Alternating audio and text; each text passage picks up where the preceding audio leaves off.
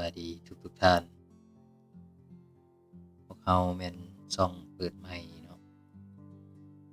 ช่องที่ว่าจะมาเว้าเกี่ยวกับกระทู้เนาะที่พวกเราตั้งขึ้นมาเพื่อแลกเปลี่ยนความคิดความเห็นเนาะก็ให้ความรู้มีสาระแหน่บ่มีสาระแหน่ก็ฟังไปนำกันเนาะท่านผู้ฟังกระทู้ที่เราจะมาเว้าในมื้อนี้เนาะก็แม่น เว้าเกี่ยวกับปรัชญาเนาะก็เป็นคำเว้าที่ว่าเราได้ยินมาตลอดเนาะท่านผู้ฟังแต่น้อยจนใหญ่คำว่าปรัชญานี่แม่นหยังหลายคนก็ได้เรียนแล้วเนาะก็เป็นวิชาที่เข้าใจยากท่านผู้ฟังบวกกับบรรยากาศเนาะในการเรียนการสอนส่วนหลายก็เป็นบรรยากาศที่น่าเบื่อและอันนี้เว้าความจริงพวกท่านผู้ฟัง ข้าพเจ้าเชื่อแน่ว่าหลายๆคนก็สิคิดคือกันว่าเรียนปรัชญานี่เรียนยามใดก็น่าเบื่อเป็นหยังมันจึงเป็นแนวนั้นเนาะพวกท่านผู้ฟังเราก็ต้องกลับไปเบิ่งปุกเบิ่งเข้ามันเนาะว่าเป็นวิชาปรัชญานี่หรือว่าปรัชญาเป็นหยังมันจึงน่าเบื่อมันก็ติดพันกับการสอนเนาะวิธีการสอนและสิ่งที่สำคัญที่สุดเนาะ ผู้ฟังผู้เรียนบ่รู้เนาะเรียนไปแล้วนี่บ่รู้ว่าเอาไปใช้ในชีวิตประจำวันแนวใดเป็นแนวนั้นเด้เนาะวิชาปรัชญานี่เรียนไปแล้วมัน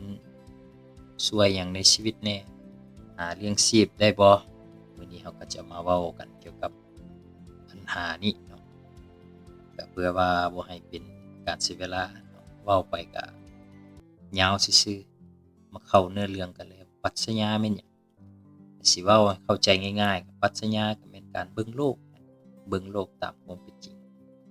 ก็จำกัดความก็ส่ำนั้นแหละนิยามคำเว้าสั้นๆแต่ว่าเข้าใจยาก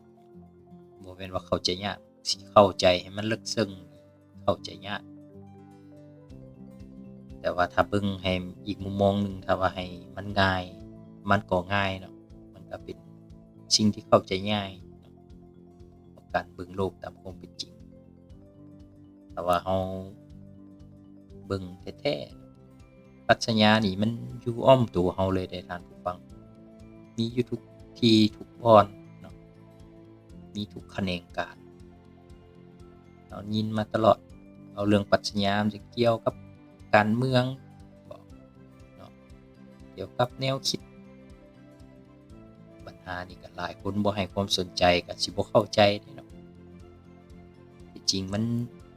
นติดแทบเราหลายกว่านั้นท่านผู้ฟังยกตัวอย่างสิพระพุทธเจ้านี่เพิ่นก็เป็นนักปรัชญาหนึ่งเจ้าลัทธิเจ้าศาสนาเพราะเพิ่นเบิ่งโลกได้วิเคราะห์ตามเหตุตามผลตามความเป็นจริงเด้บรรดาคำสอนของเพิ่นนั่นแหละมันก็เป็นแหล่งความคิดหนึ่งเนาะเป็นแนวคิดหนึ่งในการเบิ่งโลกอันนั้นแหละเขาเอิ้นปรัชญาจากนี้ก็ เราก็สิเห็นตามสื่อออนไลน์ต่างๆเห็นซุมื้อได้พวกท่านตัวอย่างคำคมของบรรดานักคิดค้นนักปราชญ์ต่างๆเป็นคำคมสะกิดใจเตือนใจลึกซึ้งอันนั้นแหละมันแม่นปรัชญาที่มันอยู่อ้อมตัวเราตลอดเวลายกตัวอย่างคำคมของนักปรัชญาของอเมริกานี่ของท่านมาร์ค ทวิน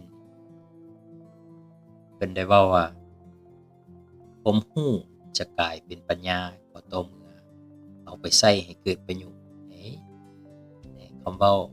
ง่ายๆเนาะเข้าใจเบิ่งทั้งกรุงก็ฟังแล้วก็เข้าใจโลดเนาะสิอธิบายให้มันลึกซึ้งมันก็สามารถอธิบายต่อยอดไปได้หลายอย่างคือคำเว้าของเพิ่นนี่แหละเนาะความรู้จะกลายเป็นปัญญาได้ก็ต่อเอาเมื่อไปใช้เป็นประโยชน์หมายความว่าแนวใดเนาะก็หมายว่าเราเรียนรู้ซื่อๆเนาะตัวอย่างคือสมัยนี้สบายเด้เนาะเราเรียนรู้อยู่ปึ้มก็ได้เนาะ e-book นี่สบายกว่าสมัยตะกี้เด้นอกจากนี้เนี่ยสิ่งที่ง่ายที่สุดก็คือ การเข้าไปเบิ่งอยู่สื่อออนไลน์เนาะว่า YouTube บ่หรือว่า Facebook เนาะถ้าเฮาฮู้ซื่อๆเนาะเอาไปวิเคราะห์บ่เอาไปใช้ให้เกิดประโยชน์มันก็บ่เกิดปัญญาในท่านผู้ฟังก็คือว่าถ้ายกตัวอย่างง่ายๆคือหยิบเครื่องนี่แหละพวกท่านคนนี้เบิ่งแล้วเนาะวิธีหยิบวิธีห้อยเข็มแนวใดเนาะสิตาบแบบใดฮู้แล้วแต่บ่เฮ็ดบ่เอาไปเฮ็ดบ่ไปเอาไปนำใช้บ่เอาไปหยิบให้มันเกิดผลเว้าซื่อๆคนกายไปกายมาเขาก็สิว่าโอ้ยมันมีแต่เว้ามีปัญญาเฮ็ดดอกแหมนี่แหละมันเบิ่งโลกตามความเป็นจริงเด้ตัวจริงมันก็แนวนั้นเนาะกรณีกลุ่มกันข้ามเอาเบิ่งเอาเรียนรู้มาแล้วเอาไปเฮ็ดเนาะมีตัวอย่างเมื่อกี้แล้วเบิ่งมาแล้วรู้วิธีหยิบเครื่องแล้วไปหยิบเนาะโอ้หยิบได้แท้หยิบงามคนกายไปกายมาก็เบิ่งโอ้มันบ่แม่นมันเว้าล่าเด้เนาะโอ้ยมันมีแต่ความรู้ล่าเฮ็ดได้แท้มันมีปัญญาเด้มีปัญญาเฮ็ดเด้นั่นแหละ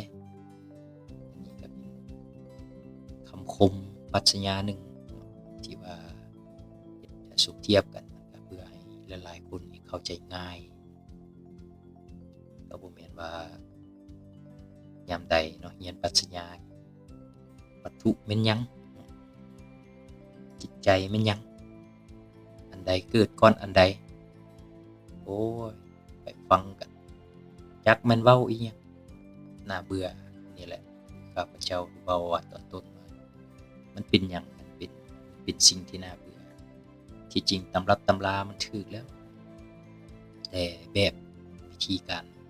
เรียนการสอนข้าพเจ้าคิดว่าควรได้รับการปรับปรุงให้มันเข้ากับยุคกับสมัยเว้าภาษาวัยรุ่นให้มันเข้าเทรนด์นั่นแหละเนาะเฮ็ดแนวใดให้คนส่วนหลายในยุคปัจจุบันนี้เข้าใจง่ายๆคือข้าพเจ้ายกให้มันเป็นคำคมนี่แหละให้คนฟังก็สิเข้าใจง่ายมันก็บ่มีหยังยากเลยเนาะปรัชญามันเว้าถึงแนวคิดของคนที่เบิ่งโลกซื่อๆตามความเป็นจริงเมื่อเฮาเบิ่งแล้วเฮาซอกเหตุผลวิเคราะห์ค้นคว้า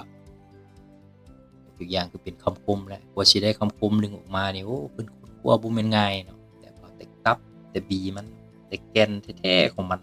จึงเป็นคำคมออกมาอันนี้ก็ยกตัวอย่างให้เห็นก็เพื่อให้เข้าใจง่ายหลายคนก็สิเข้าใจเนาะว่าเรื่องว่าปรัชญาแม่นหยังเนาะท่านผู้ฟังแต่ว่าถึงอย่างใดก็ตามเนาะอันนี้ก็เป็นตัวอย่างหนึ่งเนาะวิธีการหนึ่งที่ว่ายกให้พวกท่านให้เข้าใจเกี่ยวกับปรัชญาแม่นหยังให้ฟังแบบเป็นคำคมเห็นแล้วมโนภาพได้เลยสุดท้ายนี่ก็ฟังมาฮอดนี้พวกท่านมีความคิดความเห็นแนวใดเกี่ยวกับกระทู้ที่พวกเราเว้ามื้อนี้ก็แลกเปลี่ยนความคิดความเห็นได้มีหยังก็ขอติชมก็เทื่อหน้าก็สิซอกกระทู้ใหม่ๆเนาะที่เป็นน่าสนใจเนาะมาบ่รุมกันตื่มอันใดผิดพลาดก็สินำไปปรับปรุงช่องของเฮาให้มันดีขึ้นขอขอบใจ